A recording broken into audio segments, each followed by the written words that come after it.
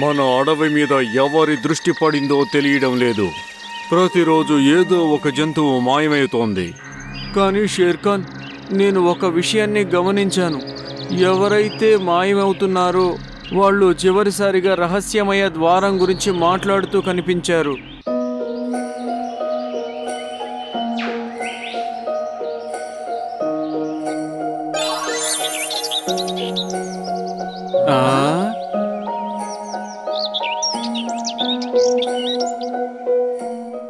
అరే వా, ఎంత అద్భుతమైన పండు! ఇలాంటి ఒక పండుని నేను ఇప్పటిదాకా చూడనే లేదు. ఈ రోజు చూశాను కదా, ఖచ్చితంగా దాన్ని తిని చూస్తాను. దాని రుచి ఎలా ఉందో తెలుసుకుంటాను.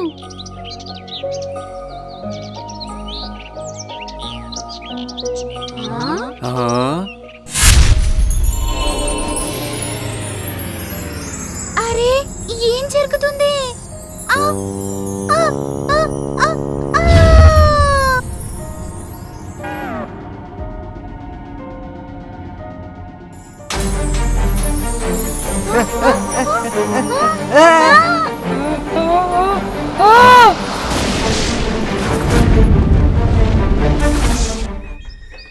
అడవిలో అంతటా గందరగోళం నెలకొంది. జంతువులన్నీ చాలా ఆందోళన చెందాయి.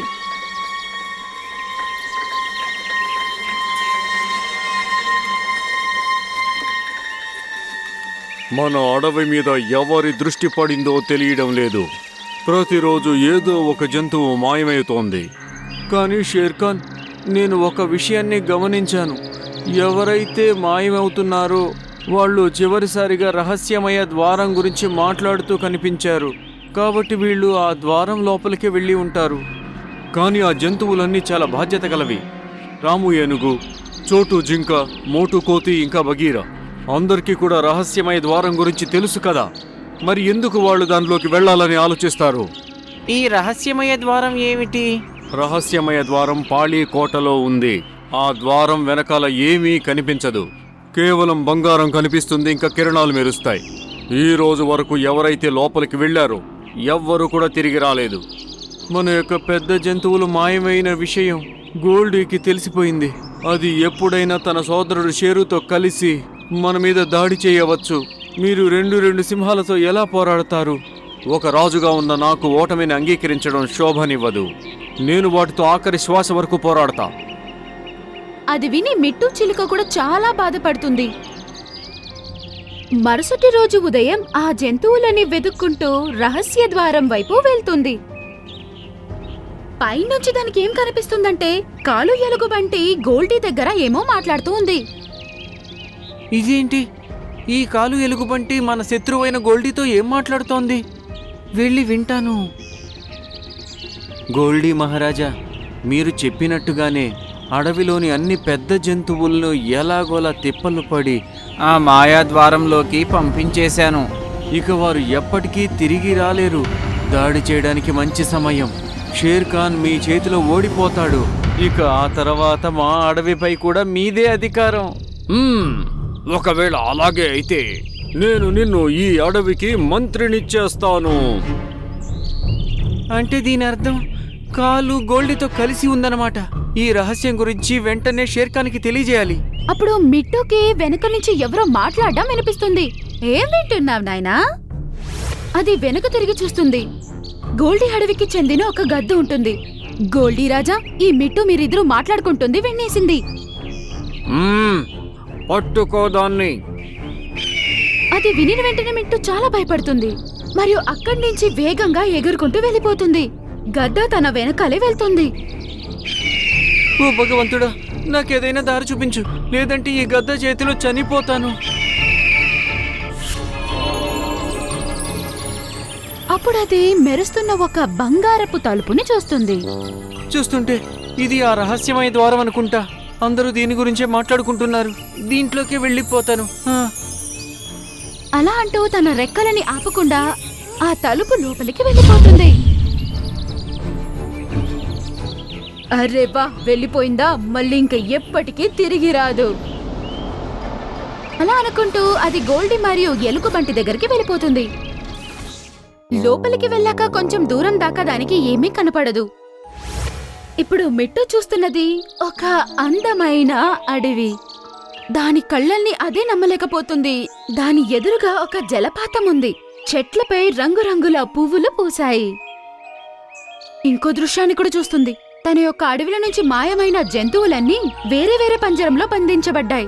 4 వైపు నీలిరంగు పక్షులున్నాయి. మరియు ఒక పక్షి సింహాసనం మీద కూర్చుంది. నువ్వు ఎవరు?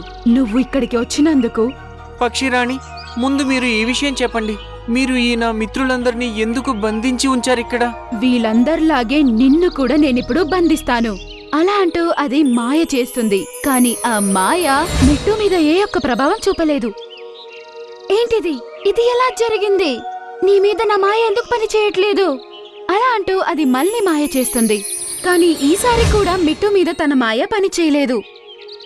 ఏ ఒక్క జంతువు ఎలాంటి అత్యాశ లేకుండా ఇక్కడికి వస్తారో వారి మీద మాత్రమే నా మాయ పనిచేయదు.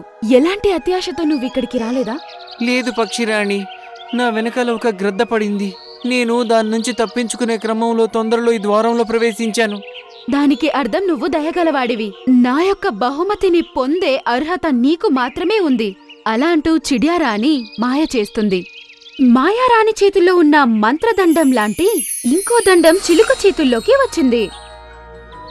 ధన్యవాదాలు పక్షిరాణి, కానీ నాకు ఈ సమయంలో ఈ దండం కంటే కూడా నా మిత్రుల అవసరం ఉంది. మా అడవి పైన దాడి జరగబోతోంది. నేను మా అడవి ఆక్రమణ గురి కాకుండా కాపాడాలి. సరే మిట్టు, కాని వీళ్ళు అతిహాస కారణంగానే ఇక్కడికొచ్చారు. వీళ్ళనెప్పటికీ వదలకూడదనుకున్నా, కాని ఇప్పుడు నువ్వు చెప్పినందుకు నేను వీళ్ళని వదిలేస్తున్నాను. అలా అంటూ పక్షిరాణి అక్కడున్న జంతువులన్నిటికీ విడుదలని ఇస్తుంది.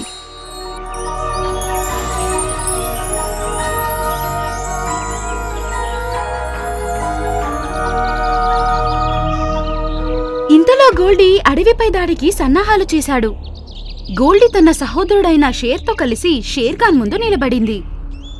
షేర్ ఖాన్, నువ్వు ఓటమిని ఒప్పుకో. నీ అడవిలో అన్ని జంతువులు కూడా వెళ్ళిపోయాయి. పైగా మేము 2 పులులం. నువ్వు ఒక్కడివే 2 పులులతో పోరాటం చేయలేవు. ఏం పర్వాలేదు, నేను కావాలంటే చనిపోతాను. ఓటమిని మాత్రం ఒప్పుకోను. నేను ఇక్కడి రాజుని. రాజుగానే మరణిస్తా. అలా అంటూ షేర్ఖాన్ వారి మీదకి ఎగురుతుంది. ఇంతలోనే మిట్టు వేరే జంతువులన్నీ తీసుకుని అక్కడికొచ్చింది. ఆగండి షేర్ఖాన్, ఇప్పుడు మీరు మిమ్మల్ని ఒంటరి అనుకోకండి.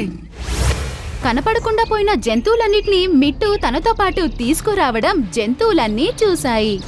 గుల్టి మరియు ఎలుగుబంటి కూడా దాన్ని చూసి ఆశ్చర్యపోయాయి. షేర్ఖాన్, అన్ని జంతువుల్ని మోసంతో రహస్యమయ ద్వారంలోకి వెళ్లేలా చేసింది కాలు ఎలుగుబంటే. ఇది గోల్డీతో చేతులు కలిపింది. అలా అయితే ఇతనికి తప్పకుండా శిక్ష పడుతుంది. నువ్వు ఒక సింహమై ఉండి 2 పులులతో పోరాడలేవు.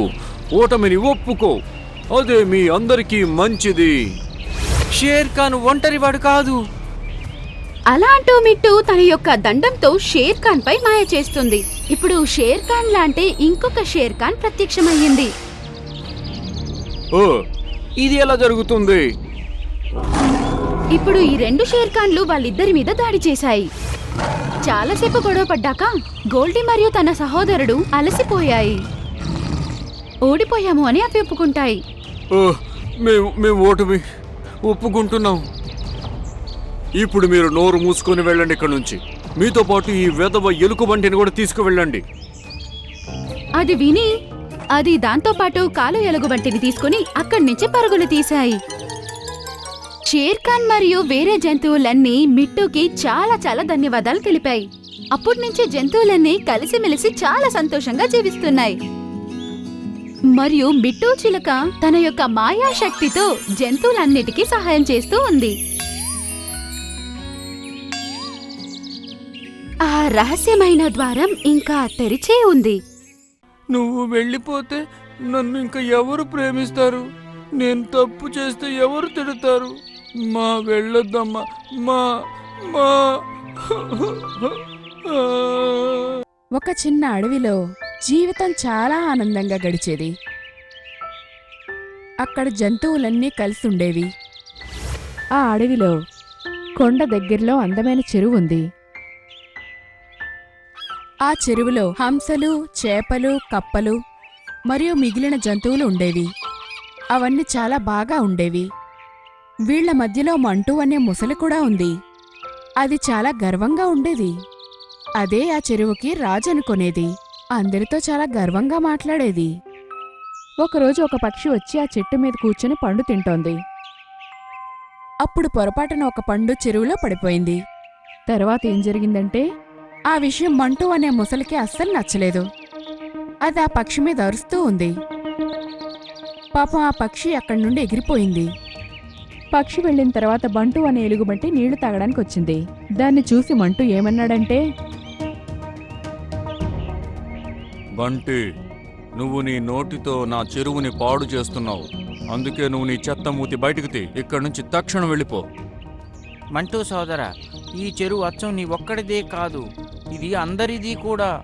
లేదో, ఇది కేవలం నాదే.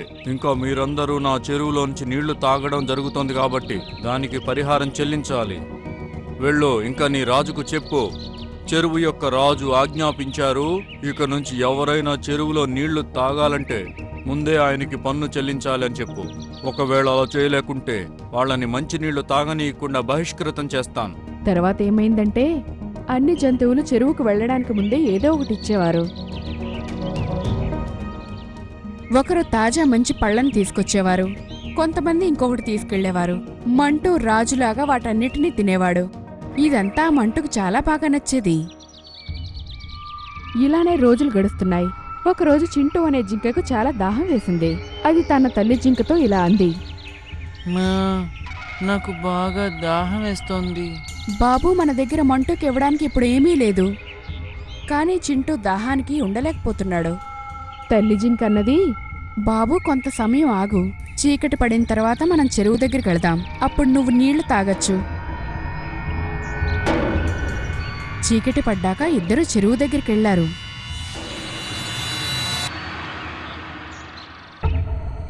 చింటూ నిశ్శబ్దంగా నీళ్లు తాగుతున్నాడు. అప్పుడు ఆ నీళ్ల అలికిడి వల్ల మంటూకి నిద్రలోంచి మెలకు వచ్చింది. చింటూను చూసిన మంటూ మసలికి చాలా కోపం వచ్చింది. ఏరా, నీదెంత దుస్సాహసం! నువ్వు నీళ్ల రాజు యొక్క చెరువులో నుంచి నీళ్లు దొంగతనం చేస్తావా? నీకు గుణపాఠం నేర్పుతా చూడు. మంటూ చింటూను పట్టుకోవడానికి వెళ్తున్నాడు. ఇదంతా తల్లి జింక చూస్తోంది. మంటూ చింటూ మీదకి రావడం చూసి తల్లి జింక వాళ్ళిద్దరి మధ్యకు వచ్చి అది చింటూని కాపాడుకుంది.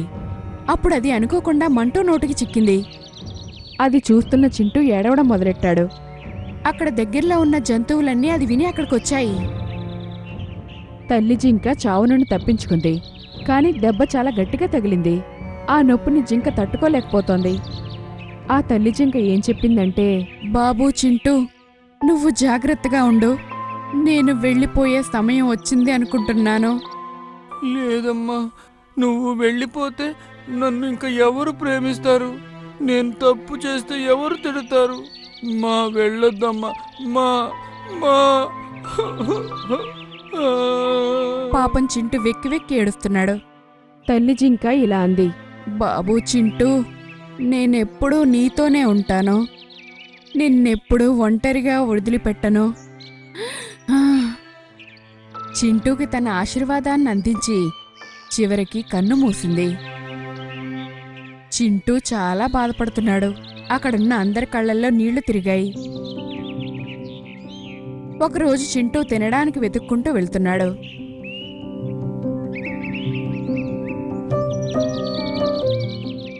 అప్పుడతను ఒక దూడపిల్ల చెట్టు కింద ఇరుక్కుపోవడాన్ని చూశాడు. చింటూ ఇలా అనుకున్నాడు, ఒకవేళ నేను ఏనుగు బాబాయ్ ఎంత బలవంతుడైతే ఆ ముద్దుని చిటికెల్లో తోసేసేవాణ్ణి. ఈ ముద్దు పక్కకు పోతే బాగుండు. అది అలా అనుకోగానే కొమ్మ దానంతట తానుగా ఎగిరిపోయింది. అది చూసిన చింటూ చాలా ఆశ్చర్యపడ్డాడు. అప్పుడు తనకి తన అమ్మ మాటలు బాగా గుర్తొచ్చాయి. అప్పుడు తనకు అర్థమైంది ఇదంతా తల్లి జింక ఇచ్చిన ఆశీర్వాదం వల్ల జరిగిందని. తర్వాత ఏం జరిగిందంటే చింటూ అడవిలో ఉన్న జంతువులందరికీ సహాయం చేయడం మొదలెట్టాడు. ఒకరోజు భారీ భూకంపం వచ్చింది. అప్పుడు కొండమునిది నుంచి రాళ్లన్నీ కిందకి పడ్డాయి. అన్నీ కిందకి జారుతున్నాయి. పెద్ద పెద్ద చెట్లు కూడా విరిగిపోతున్నాయి. భూకంపం తగ్గిన తర్వాత జంతువులన్నీ ఒకరికొకరు సహాయం చేసుకుంటున్నాయి. చింటూ తన మాయతో పెద్ద పెద్ద చెట్లను అడ్డు తొలగిస్తున్నాడు. అప్పుడు ఆ చెరువు నుంచి తనకి ఏదో విపరీతమైన గొంతు వినిపించింది. వెళ్ళి చూశాడు.